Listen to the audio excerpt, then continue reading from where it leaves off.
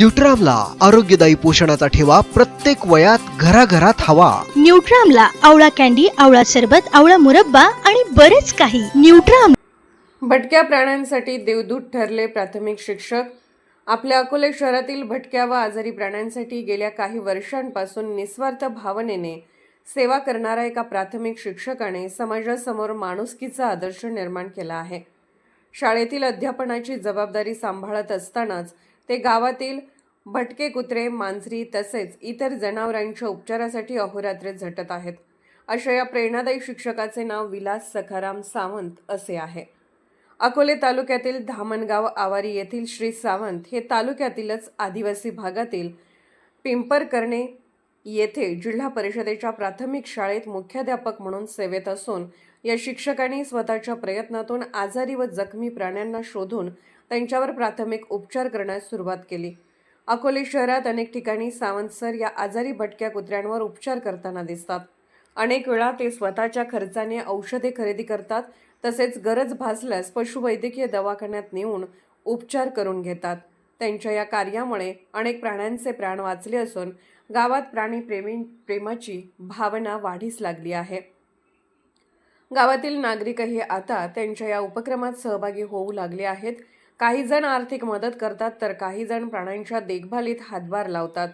त्यांच्या या कार्यामुळे गावात प्राण्यांबाबत संवेदनशीलता निर्माण झाली असून समाजात सकारात्मक संदेश जात आहे।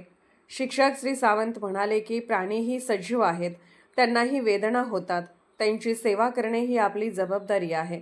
त्यांच्या या कार्याचे सर्व स्तरातून कौतुक होत असून प्रशासनानेही अशा उपक्रमांना प्रोत्साहन देण्याची गरज व्यक्त केली जात आहे। या प्राथमिक शिक्षकाच्या कार्यामुळे माणुसकी अजून जिवंत आहे, हे पुन्हा एकदा अधोरेखित झाले आहे।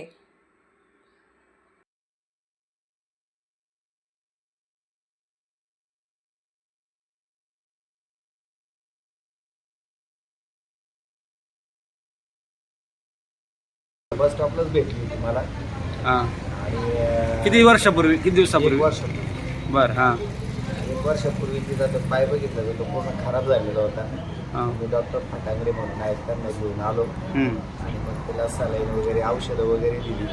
त्याच्यानंतर तिला रेबीचं इंजेक्शन दिलं आणि ती तब्येत हळूहळू सुधारल्यानंतर तिला काही मी नाशिकवरून औषधं आणली। बरं, तर रोज मी तिची आता पट्टी करतो तर एक 20% आता राहिली तिची जखम, ओके. होईल बरी ती। पण ती तुम्हाला सगळं करून देते का असं हे सगळं? आणि करून एकदम छान देते, म्हणजे ती मला पाहिलं तर कुठूनही येते। पहिली मग तिला शोधायला जावं लागायचं मला। हां हां हां, परंतु आता मात्र ती मला शोधत असते। पण मग आता- प्रत्येकाने केलं पाहिजे हां. आणि मुख्य प्राणी ते आपण केलं पाहिजे। आणि हे बाबा आपण कुठल्या प्रसिद्धीसाठी नाही, नाही. प्रत्येकाचं काम आहे माणूस म्हणून, ते आपण आ- करायचं। म्हणजे तुम्ही आता फक्त ह्या कुत्रीचंच करताय की अजून काही? माझ्याकडे आता असे बरेच आहेत, गरीब 5-6 मांजरी आहे। बरं, तर मला निसर्गाची आवड आहे। हां, आपण करायचं। बरोबर, हां हां हां. आणि मग ते हे जे काही प्राणीप्रेम जे आहे तर हे नेमकं कसं तुम्हाला निर्माण झालं किंवा काय नेमकं? प्राणीप्रेम वास्तविक ते प्रत्येक माणसात आहे, फक्त माणसाचा वापर करत नाही। आणि हे सगळे प्राणी आपल्यासाठी निर्माण केलेले आहेत निसर्गाने, बरोबर. त्यांची काळजी घेणं आपलं काम आहे। सर, मी मगापासून तुम्हाला बघतोय की तुम्ही तिला ते बँडेज करताय, तिला ती जखम झालेली आहे, तुमच्या हातामध्ये कोणतं ग्लोव्ज नाही, काही नाही, काहीच नाही, आणि मात्र तुम्ही ते बराच वेळ झालाय तुम्ही ते करताय। मग तुम्हाला असं वाटत नाही का बाबा त्याचा आपल्याला काही त्रास होईल किंवा आरोग्यादृष्टी? वर्ष झालं केलंय, काही प्रॉब्लेम नाही। आता माझ्याबरोबर डॉक्टर फटांगडे असतात, हां, तर मी त्यांचं बघितलं तर ते कुठलाच ग्लोव्ज वापरत नाही। मी त्यांना विचारलं तर म्हणे काय नाही, आपण हे जे हायड्रोजन पेरॉक्साईड वगैरे वापरतो हां, सर, यांनी जर तुम्ही हात साफ केले तरी साफ Clear होऊन होईल। तरी लोक मला चांगली मदत करतात, हँड वॉश स्टेशन आहे। हां, बरोबर. सर, तुम्ही आता जॉबला कुठं आहे आणि किती वर्षापासून आहे तुझं काय?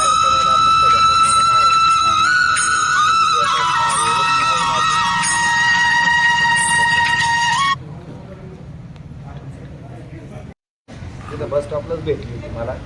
हां, आणि किती वर्षापूर्वी, किती एक दिवसापूर्वी? वर्षापूर्वी बरं, हां, एक वर्षापूर्वी तिथं